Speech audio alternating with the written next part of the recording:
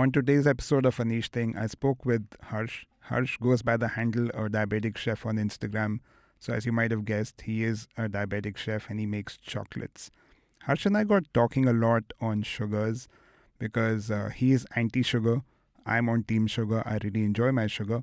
But I think the difference is that when I'm consuming my sugars versus a lot of other people that I see, I'm very well informed. And I'm not consuming sugars without knowing that there's sugar in my food or in my protein or stuff like that. So Harsh and I got talking a lot because of this passion of just making people more aware of their sugar consumption, and that's a lot what we spoke about. Welcome to the episode, Harsh. Good to have you. Pleasure being here, Anish. I'm really excited for this episode and to unfold a lot of hidden conversations as Yeah. we've spoken. And let's see how this goes. So Harsh and I have had a lot of conversations in person and on Instagram, just discussing a lot of these kind of things, right? And by these kind of things, I mean things around wellness. The sugar aspect is something that we chat a lot about. Absolutely. And today, the idea is to just see your learnings in life. Because for me, as a non diabetic person, I think I can get away with a lot of things, perhaps which you may not be able to. And it'll be a much Yeah. more serious issue for you, of course. But let's start with your background and tell me more about what you're doing now. So essentially, I run a brand now called A Diabetic Chef. It was actually started in school. I was in the 11th grade when I started it. This is 2013, and I was newly diagnosed with diabetes. It was about a year or so around then when I used to cook food for myself, make desserts and stuff. So I thought I might as well share it with the world. I've always sort of been a giving person. I always like to share, impart information that I have because I feel it's imperative to share with those who don't have access as a very basic part of life. So then I started it as a blog and on Facebook. So that time Facebook blogs were a thing, like those long post formats with Yeah. I don't think there was carousel and like other formats of content, but yeah, like I used to post quite a lot, and I feel a couple of my recipes then hashtags were real. Like hashtags would actually work that time on Facebook. So through hashtags and stuff, I think one of my cupcake recipe had like about 22,000 likes, and in school it was like the biggest flex. I was just like, wow, this is it. This is all I want to do in life. So I worked on the brand for the last 9 years, from a blog to a home kitchen to a dark kitchen to supplying to other cafes for their needs. When I was in college, coming back, started another small space. There was a mishap, the place burned down, Oh, damn. and then I did a bit of advertising. I was leading marketing for Love 15, Pooja Dhingra, for a while. And then I set on to venture for myself again. Then again, lockdown happened. And during the peak pandemic, I restarted Diabetic Chef just this time as a D2C brand. So, yeah, doing real, healthy, actually sugar free products that are tested, tried, scientifically, medically proven to be diabetes friendly and not diabetes proof. So there's a lot of these word plays that have happened while I was working with Diabetic Chef. So we have a fairly extensive SKU list or a menu where we've been able to cover a lot of different facets of food, both necessities like stevia and indulgences like chocolates. Yeah, you've tried them, you know I've how they tried them. are. Yeah. No, I'm familiar with the products, and they've Yeah, been great. I had that bubblegum one. Uh, that that's crazy addictive, man. yeah. Like that unassuming flavor. One of the things we've spoken a lot about, and I think we have a passion for this conversation is this whole no added sugar thing, or Yeah. generally sugars in general. For me, the term is I would call it sugar washing, Yeah. because I think to me that happens a lot. And now, not only as consumers, but because we are also Yeah. manufacturers and brand owners, I think we are able to read labels with a lot more Efficiency. efficiency and intent, and we can see Yeah. through a lot of things that a lot of consumers may not be able to. But this truly blows my mind that how no added sugar, automatically for a lot of people is assumed that they're having a Sugar free. healthier thing Yeah. or a sugar free thing. No added sugar and sugar free are not the same things at all. They're very different. So let's discuss this a little bit more. Couple of things I want to talk about: how uh, Yeah. no added sugar and sugar free things are not the same at all, and also how sugars are different or similar, whether it's Yeah. white sugar, brown sugar, jaggery, honey, dates. I don't understand why people think so highly of dates. So all of these kind of things. Hmm. So let's take it on a very production perspective. So it gives clarity to people who would want to take it with a pinch of salt, not a pinch of sugar.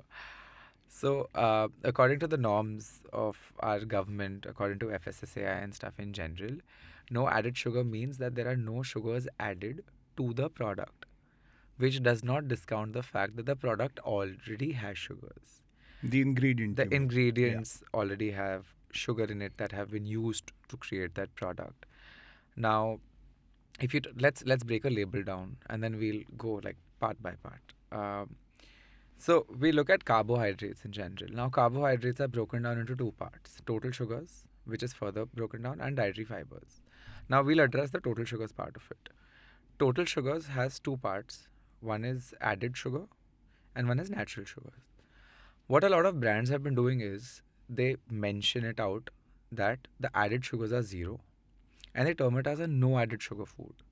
The next part of the natural sugars, they rename it as fructose, natural sugars. They call it fruit sugar or like other things that are masked because there are no norms for naming those in a certain way. For example, when you create a bar, say a protein bar, I'll be very specific because protein bars are the thing Oh, yeah. that are out there. Now, whey powder in general, whey isolate, a lot of these available powders in the market, I'm not saying all, a lot of them have sugar in them. Now, if whey is added, there's a certain sense of lactose in it. Lactose is milk sugar. Yeah. So that qualifies under natural sugars. So that is one. Now, there's a binding agent. Now, binding agent is your dates, which is ideal, or honey, when they make these protein granola bars and all of these. Now, dates are anyway loaded with sugar, Yeah. which means that the natural sugar content has already been like there, that the other products, that the other ingredients that will be added, for example dry fruits, for example your other like I said whey powder and stuff, it all accumulates, accounting to 60 to 70% of the product being just natural sugars. Baki kya bacha? Yeah. Protein. Yeah. According to our norms, anything that is over 10% in like totality, like a 100-gram bar can have 10% protein derived from any source. It's called a protein bar. 20% is called a high protein bar. So, because the product, your bar is only so much, it has 70% sugar, the balance can be dietary fibers and protein Yeah. and fat and stuff like that. So, we live in a very delusioned environment where natural sugars are very harmful. Now, I'll talk as a diabetic and then maybe you can tell me more about how it would affect you. As a diabetic person, I'm forbidden from eating dates and jaggery. Why? Because they come with a certain glycemic load, which means the capability of that food to like blast my sugar levels up. For example, if I eat a date loaded bar, my sugars might go from 100 to 250. And that's literally faster than most cars. You know, it just spikes up, and that graph. So that graph that we see of that spike, that time frame can be anything between 15 to 25 minutes. And that is the problem. Natural sugars are absolute sugars only. They don't have to be chemically processed to fuck with your body. This is what blows my mind, that people don't understand that just because it's natural sugar, it's better. And like, I've been doing a lot of experiments on how things spike me and my blood sugars. Uh, and I was talking about this example from Georgia where I'm having fresh peach juice. That is just sugar. Absolutely. If I think this is better than if I had a cup of coffee with a sugar in it, it's not. And that's been the highest spike that I've seen in the last 4 5 months in my blood sugar. But that's crazy. And it. I know it's a natural source, but it doesn't make it a better sugar, at least for my body. So there's a reason why, doctors, maybe not just doctors, but nutritionists who are actually qualified to speak about foods and their perils or their benefits, rather, about how a fruit functions. So there's a reason why if you read articles and stuff, they tell you to eat a fruit than drink a fruit juice. Yeah. Because what happens is that the major fibers and the good parts of the fruit are juiced out and thrown in the pulp. What you're drinking is sugar and water. Yeah. That's saying, The right? fructose. Eat your fruit and juice your vegetables. Yeah, Yeah. yeah. So that was the part on like the natural sugars. So also like within, since we're specific to packaged foods, I don't want to get into like fruits and that entire hierarchy. Our listeners can of course look up high sugar fruits and low sugar fruits. Yeah. I want to ask you a question. You're very well read, but I'd still ask you, what fruit according to you has the highest amount of sugar? Oh, and I'm sure I'll fail at this answer. Uh, has amount of sugar. I assume watermelon, apples, grapes. Watermelon, apples, grapes. Not apples, but watermelons, grapes, Yeah. mangoes, lychees, and the whole family of overtly sweet tasting fruits. So this came to me as a shocker when, like, one summer I visited my doctor and I was just like, doctor, my sugars are not going. I eat very healthy and I eat very fresh and stuff like that. He's like, what do you eat through the day? Have you spoken to a nutritionist? I said, yeah, like I might have, and I hadn't, because I was just like, "Theek," and this is about 5 years back. He's like, what do you eat for breakfast? I told him, I eat a fresh bowl of There watermelons, you go. and Exactly. boom. He's like, your postpardinal can never come down because your body is processing the watermelon and with such high amounts of glucose that my fasting would be 100 and my postpardinal, like my PP sugar levels would be like 250, 280. And it was unparalleled that the metformin, the medicines couldn't bring it down. So natural sugars are a problem. Now let's go to added sugars. Now, see brands who are selling sugary stuff, confectioners, your patisseries and stuff, they're very okay with adding sugar and people are okay with buying it. Yeah. Correct? Yeah. So that goes away and that's discounted as a conversation altogether. So I'm sure people understand that added sugars are the sugars that you add into a product in their ingredients to enhance the taste of it, because sugar is a taste enhancer essentially. I'm talking about white sugar. What happens with brown sugar and jaggery and honey is that it is masked as a healthier product. It's just not as processed. The difference between brown and white sugar is the amount of processing that it has gone through, and that's about it. And I always get this argument. I end up having a lot of these heated conversations with people on Instagram. And one of the argument I get so many times is that, but jaggery is not processed and it's got more nutrients. If you're looking at jaggery for nutrients, perhaps you're doing this wrong because that's not how it should be. Absolutely. Jaggery is prepubescent white sugar. And for me, it's not about, like, if I want to have a chocolate, I'll enjoy it and I know what I'm doing. It's like what you said about pastries or Yeah. confectioners, right? You know what you're getting into, and it's a very clear thing. You want to indulge once in a while, and you'll do it.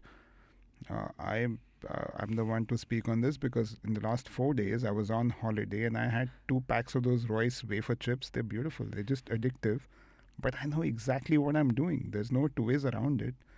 But if you really want to me personally, if you really want to enjoy that treat, have it. Exactly. And that's the privilege that people come with who are living quote unquote healthy normal lives. Yeah. Now, flipping the switch to someone with diabetes or someone with PCOS, here's the problem. We are misinformed as a target audience because there's not enough available outside, or the brands are rich enough and run their cartel where they will never let this information go out. Stevia is apparently supposed to be unhealthy and it's supposed to cause damage and this and that. It is an outright lie. There is not one medical paper that proves the perils of stevia, but I'm sure there are millions that talk about sugar. Stevia was only legalized in India in 2015-16. Oh, really? Yes. Before that, stevia was not allowed to be sort of brought in or used or consumed in India as a product, as a commodity, as a product, as a sweetener. But there are still so many conversations around stevia being unhealthy, but the same people who say jaggery and dates are very healthy. The problem is that the issue here is that someone with diabetes is is sitting with lesser choices. Now within those choices, we are being fooled with this whole no sugar added and natural sugars being present in our food products, which leads families of these people to a place where आप मत खाओ तो अच्छा है. But there are people like me who are trying really hard, and we are bearing the brunt of uh, the bullshit that our market really is populated by. Sugar free as a term in two ways basically means that less than 0.5 grams of total available sugar that is added to a product.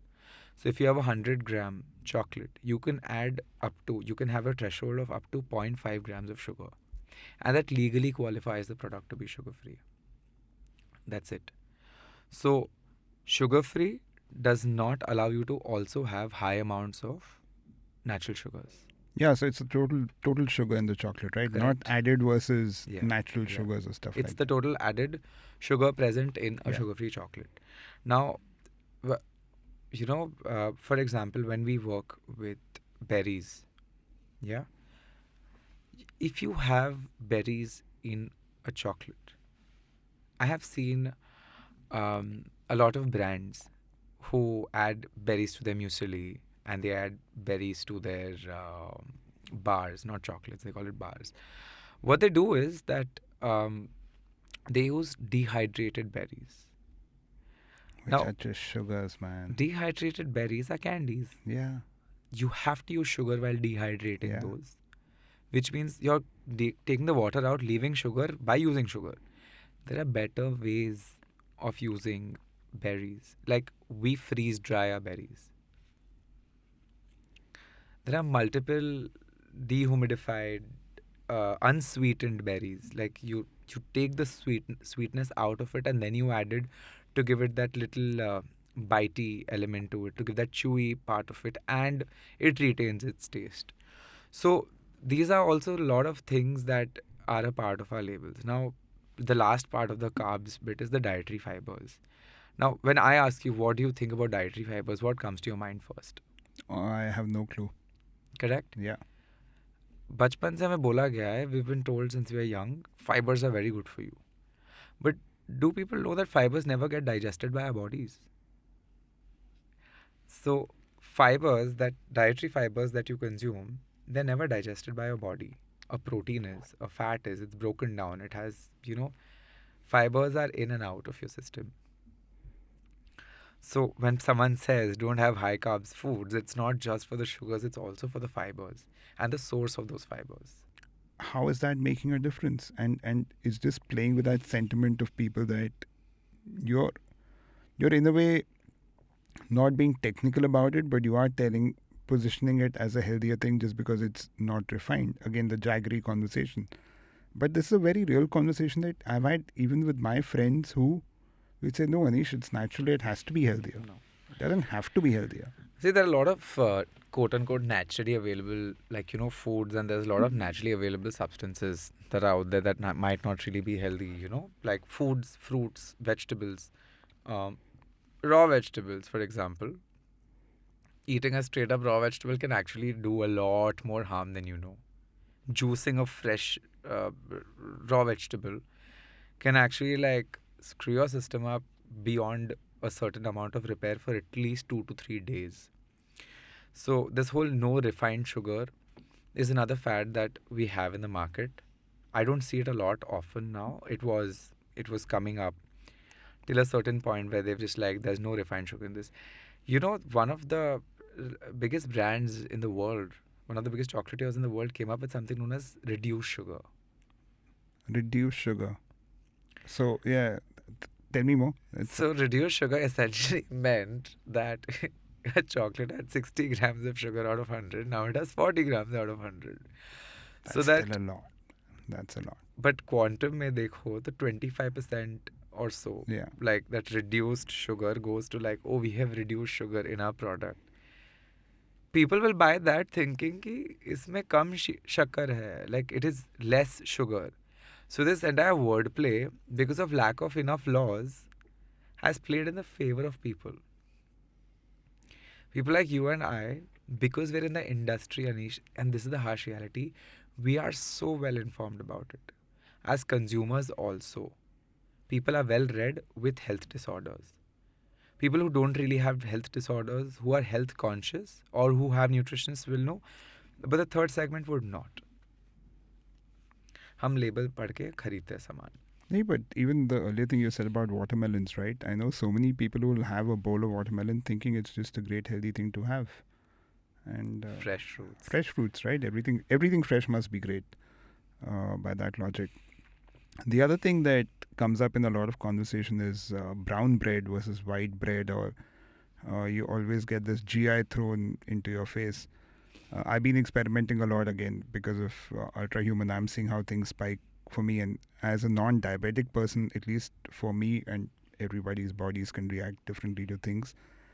To me, that concept of GI is also going away for me, because I've realized that what I've eaten before has such a big impact on what I'm going to eat next. For example, if I've had ghee as my starting point in the day, for the next few hours, for sure, my GI is very well balanced, whether I'm Yeah. having white bread or multigrain bread or whatever.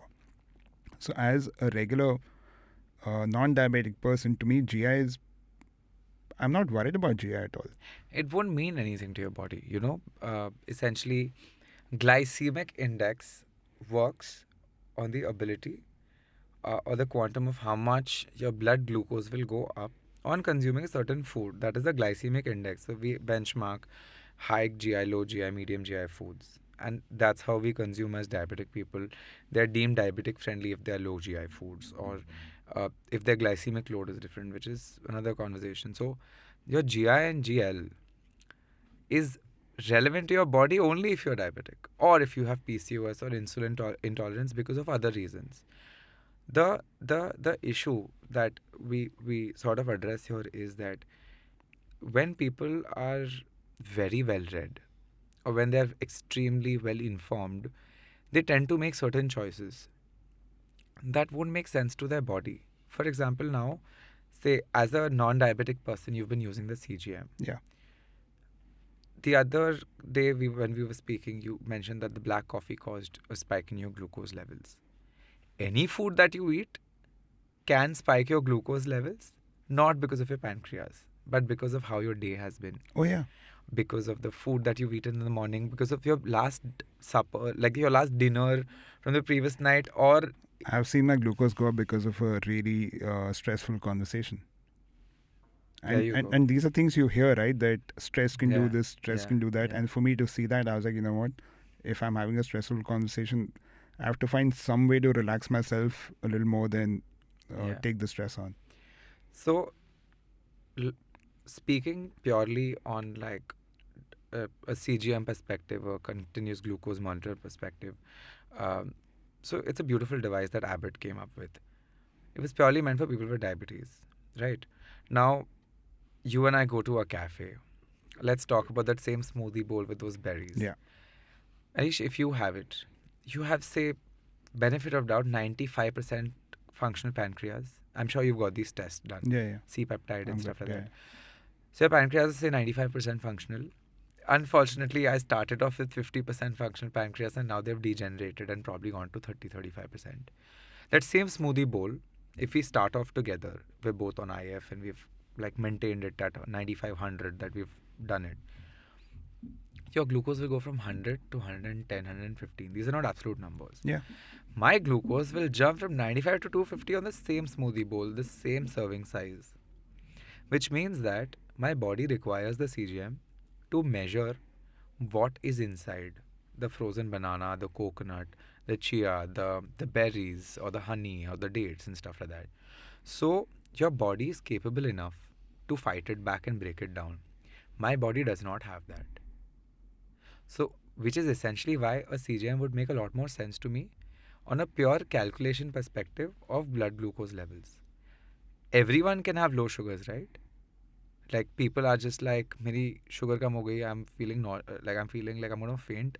People faint because they've not eaten, which means their glucose levels have gone down, right? Similarly, people's glucose levels can go up also because of trauma, stress, not eating, eating too much. But that does not mean that your body won't bring it down. For my body to bring it from that 250, nobody really talks about how it will come down. How does it come down? So your body takes time to bring that glucose down, which is the glycemic load of the food. So, so that's what I wanted to touch upon. GI versus GL. So, Yeah. please tell me more. So glycemic load is the amount of time that food keeps the spike up. So for example, I know that my glucose will go thoda upar eating a banana, but my banana GL is not as high. It will come back down. But if I eat a maida ka butter naan and garlic and butter chicken and like kali dal and butter this, butter that, the total GL of that meal, of course I do indulge. Like I've been diabetic for 11 years. I do indulge. Don't smell like that. So, but the GL is so high that that curve is going to stay high and it'll plateau for a while at those levels where my limbs will start hurting, my eyes will hurt, my head will hurt, and my body will understand that, hey, listen, there's a problem. And with diabetes, you can't just keep popping pills in the type 2 diabetes. So when that starts coming down, it's a time-based thing. Your body will take that much amount of time to keep it at those levels. There are foods that will spike your glucose and bring it down. Yeah. Which works perfectly well for people with non-functional pancreas. For me, why I was smiling earlier was because now I've understood GL, glycemic load. For me, the worst glycemic load I've had of all foods, and I've literally been trying everything out, is actually poha. Poha is pretty bad. And poha is bad. And to me, that was another revelation that, dude, it's considered as this nice, healthy snack. Breakfast हो शाम को चाय के साथ गरम गरम मिलता है तो सब कुछ हेल्दी लगता है and like I'm great I like the taste of poha, but poha was the longest spike I've had. It took a while to go down, and no matter what I do, I'll have a sugary thing, it'll go up and it'll come down. This took time. So this is where the whole simple versus complex carbs plays in, you know. So when your body does have complex carbs, when your body does go through simple carbs, so it directly implies an effect on your sugar levels, which is implied through the glycemic load of the food.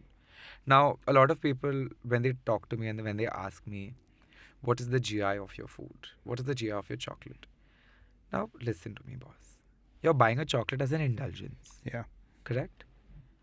I have to add cocoa butter, I have to add cocoa mass, I have to add sugar alcohols, I have to add stevia.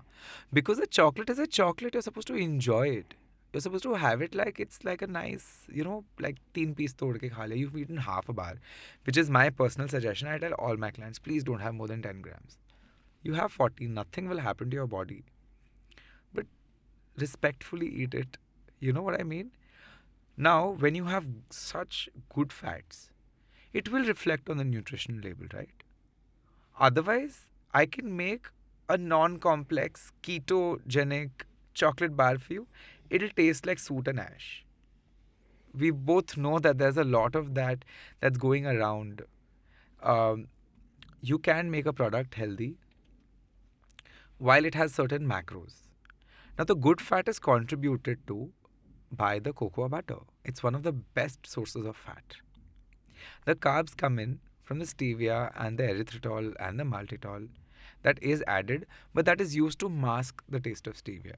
So overall, it's a middle-level GI food, but the glycemic load is very low of the chocolate bar, which means that essentially in our chocolates with the serving size and the nutrition and the macros, your glucose doesn't spike too much, so it just stays down. So from an average reading, people who've had about 20 grams of our chocolate have a spike of 5 mgdl, which means from 100 to 105, and it comes back to normal in the next 30-45 minutes.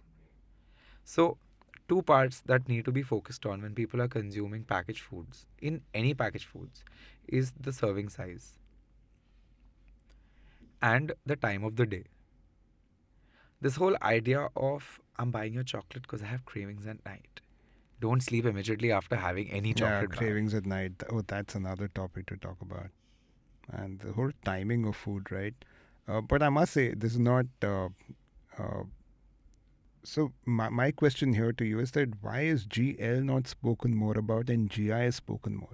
Because this is, It's the for most. me, a relatively new term. It's a very freely available word. You know how multi-grain bread versus oat. What is it? Honey oat bread, Yeah, and yeah, then I know. like white bread and brown bread. So brown bread took lead amongst the multiple terms And most of those brown breads are white bread with with color in it. color, Yeah, and it's yeah. just It's healthier just now. as bad. Yeah. So in in my conversation, I call it color washing.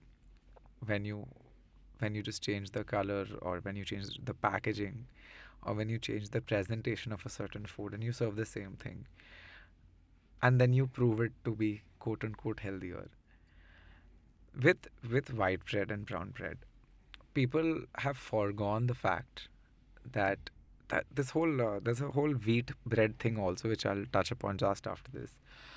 So people have been understanding the whole brown bread conversation, that it is not made with atta. You shut your eyes and you eat both of them, they'll taste the same. They'll have the same effect on your glucose levels. As guilty as I am, but I was too young to understand all of this. My house used to have one packet of brown bread, one packet of white bread, and my mother, being my mother, she's like, I'm going to eat multigrain bread, and we still stuck to multigrain. I was just going to say, if you were healthier, even more than multigrain kicked in. Yeah.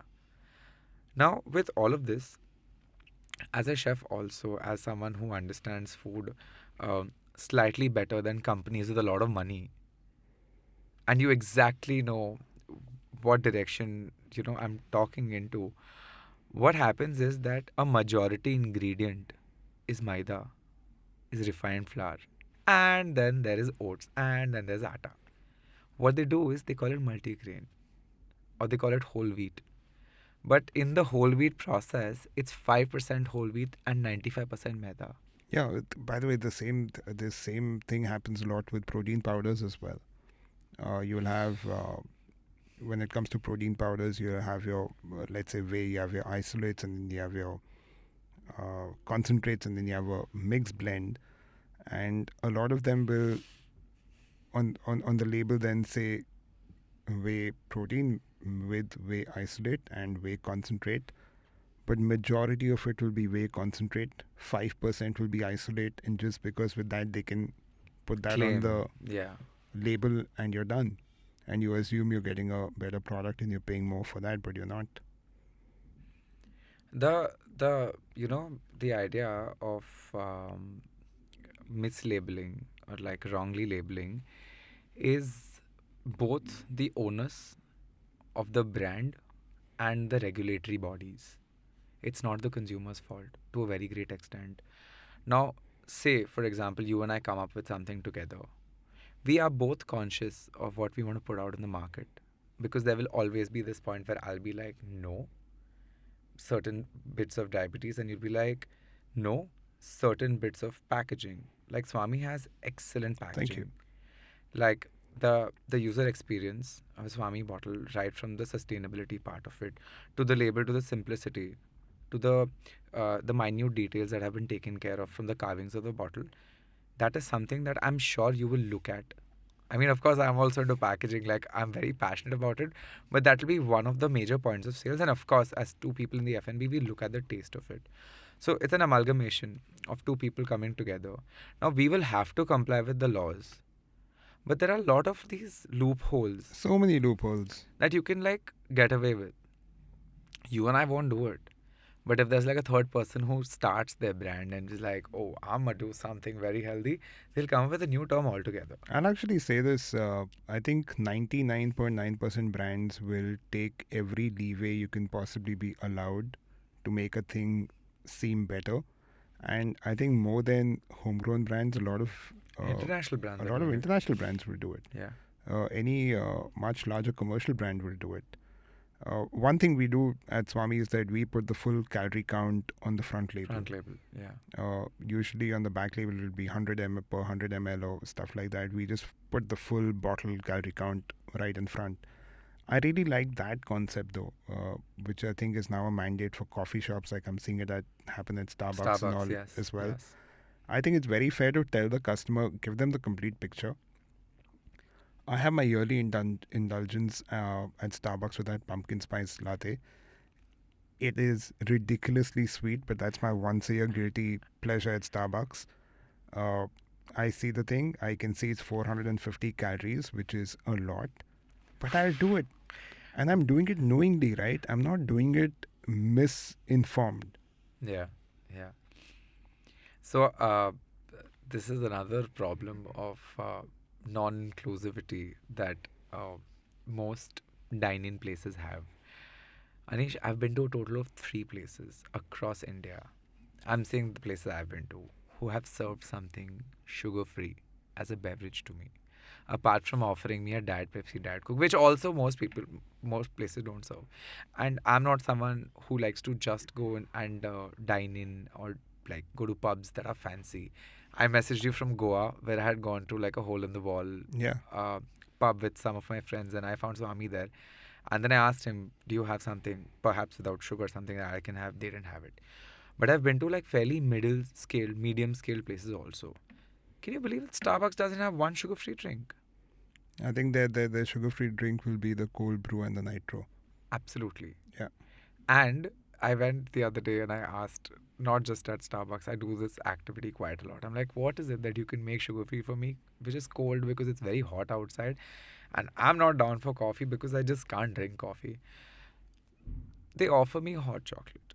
And then they tell me, but the chocolate has sugar in it. The chocolate syrup has sugar in it. I said, no, it's okay. Give me something else. So what we could do for you is we'll give you cold milk with a shot of espresso and some ice and we'll blend it. I said if I have to have a cold coffee or something of those sorts. That is a cold coffee. Why are they complicating essentially, it? Yeah. I'll go home and have it. Why am I at an establishment? And that is an understanding that I had much later that it's a choice that lies with the owner or the brand founder to have or not to have certain things being served. But there's still, as an industry, a very non-inclusive industry. Our F&B industry, how many times do you go out to restaurants and cafes and find sugar-free dessert options? I honestly, again, see, this is where our thinking will be so different, right? Because I usually don't end up thinking of this at all. For me, I know exactly when I want to have my sugars and I will not shy away from it at all. Yeah. But I'm never looking at that. That's the point of privilege. Absolutely. Yeah. You know, that privilege doesn't lie with us. Yeah. Do you know any diabetic people around you, family, friends? No, so my mum was diabetic. I think for her, intermittent fasting has completely Reversed it. I think she's at a much better level now. Yeah. In fact, IF is something I want to talk about because that's something I've done very long term. But Yeah. I've not, in my close proximity, no. It was my mum, and IF has really worked well for her. So earlier, before IF, I'm sure like IF might have come to you perhaps in the last 8 years, 10 years. Yeah. I'm not sure because that's 5-6 years. 5-6 years because that's when the popularity hit in. Yeah. Before around then was keto, IF, vegan, gluten free. A lot of these diets have come in which are body specific, but a lot of our woke youth have taken up because it's cool to do so. Hey, you're also woke youth only. I'm not woke at all. Like I feel I'm boomer as it gets, but I'm sure you've gone out with auntie. You would have probably visited restaurants and stuff. And Diwali for sure. Diwali is a major hit for us. Yeah. I think it's the happiest and the saddest festival. Saddest because we don't get to eat anything that's like laid out. As a diabetic person, जो बोलते हैं ना कि थोड़ा सा खा लो, it pinches you. And restaurants, what are you having? Let's have a sizzling brownie, let's have a tiramisu, let's have a cupcake, let's have a mud pie, and like la la la la. And us people, like us diabetic people, were just sitting in the corner, like staring. Bill mangwa lete hai. Has that sort of happened? Have you observed it? And that is a sad state that we're in. So that is something maybe would be my request to fellow hoteliers or fellow cafe restaurant owners, that they could probably make more evolved choices, considering that in the next 2 years we're going to be the world's diabetic capital.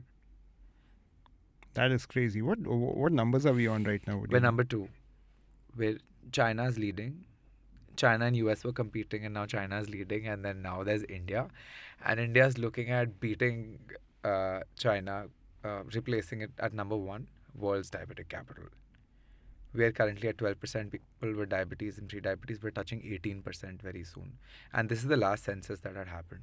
And I'm sure a lot of people who are pre-diabetic may not realize Diagnosed. yeah, they're pre-diabetic. Let's take a short break. When we come back, we will perhaps touch on this a little bit more and how we can look at reversing some of these trends. Hello, hello, hello. It's been another great week on the IVM Podcast Network.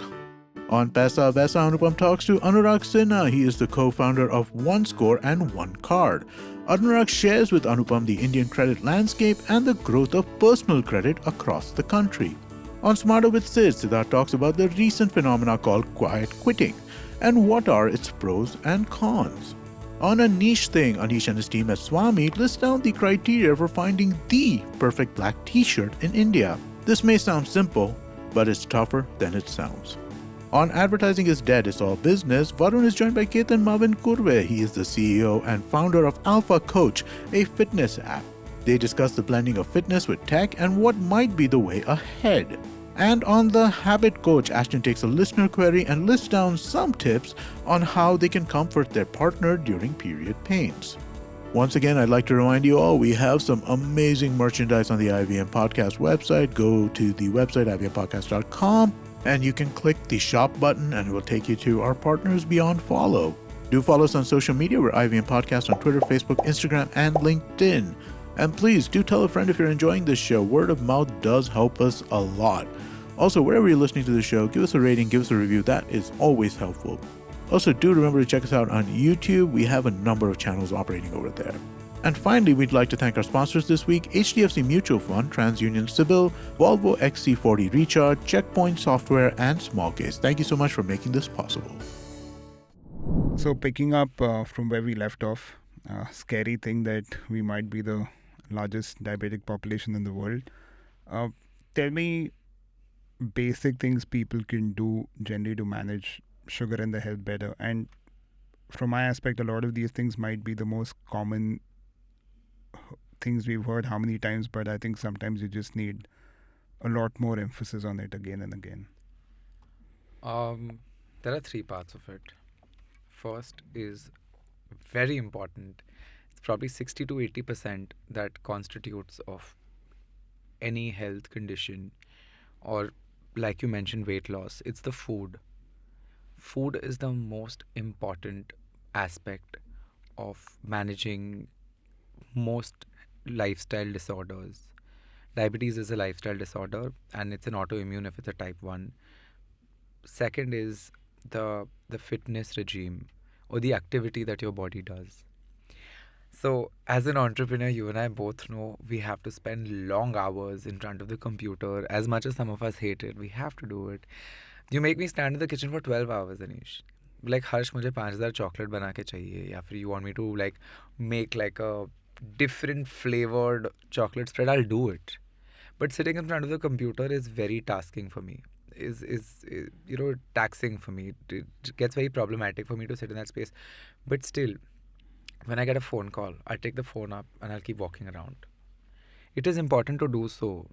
Like, because of the lockdown, a lot of people have succumbed to their bedroom and their bed to sit and work on, which I'm sure some of us still do. Like, we'll sit on stretches ki haan late ke we are working.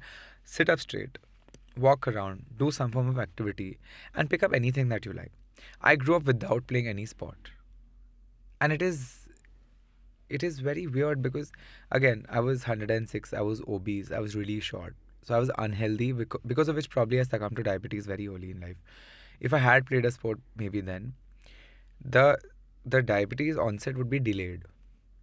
So even with people who are not diabetic, you can do any form of activity. And it has to be at least 40 minutes long. because that's when your body starts processing things. And this is at a stretch. And uske alawa thoda walk around, pick up stuff yourself, go down, just like get some fresh air. Alternatively, yoga really helps me.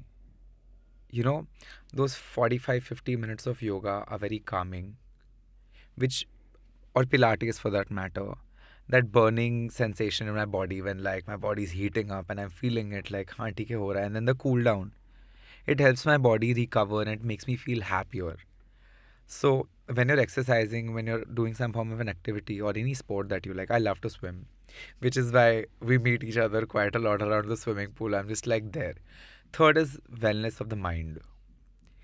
If your mind is not functioning well, if your mind is having issues, if you're just having general mental health issues, like as someone who has a fair amount of mental health issues, I go for therapy.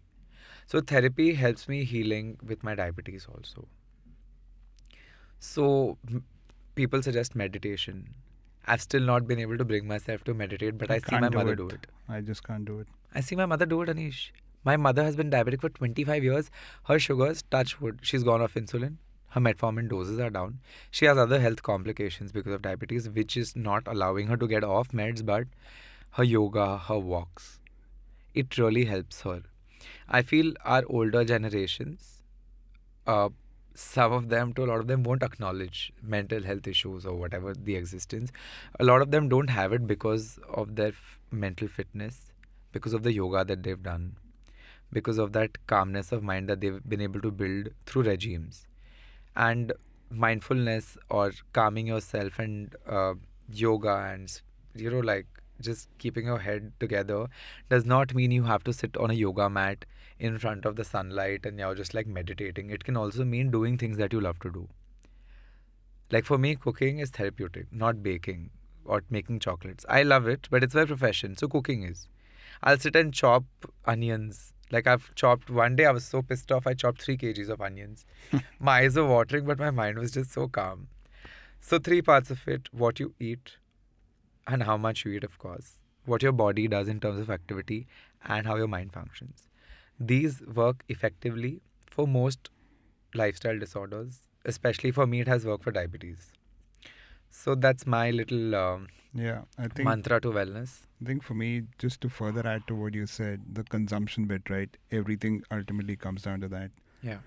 Even when it's about shredding and leaning, that whole classic saying that six packs are not made in the gym, they're made in the kitchen. Yeah.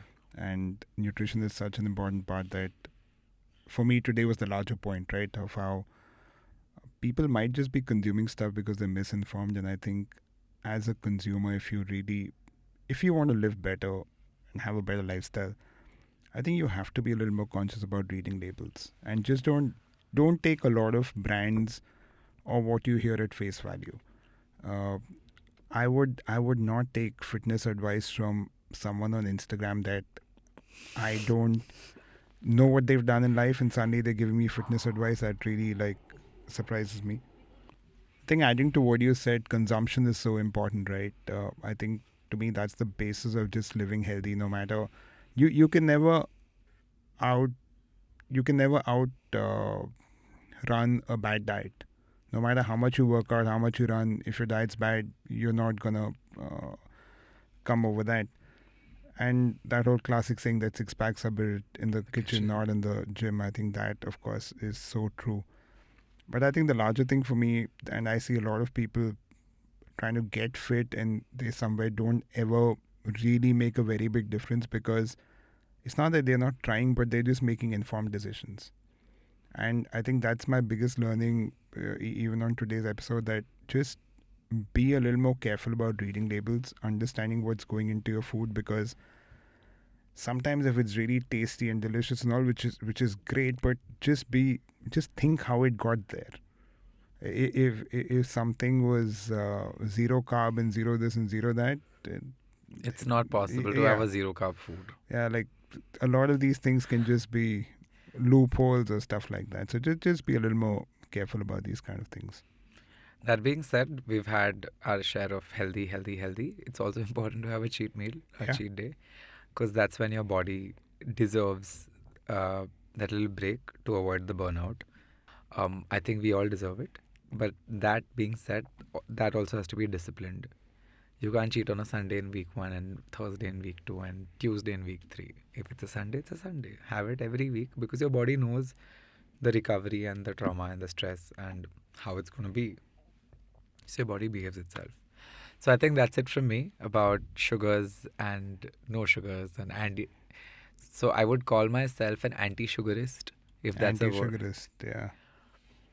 So fighting my battle against diabetes and sugar for the last as long as I can remember, and I think I've gotten you onboarded on that anti-sugarist movement No, as well. I love sugar. To be very clear, I love sugar, but I know when am I consuming it and why am I consuming it, and I'm very well informed of it. Absolutely, yeah. Well, thank you for being on the show.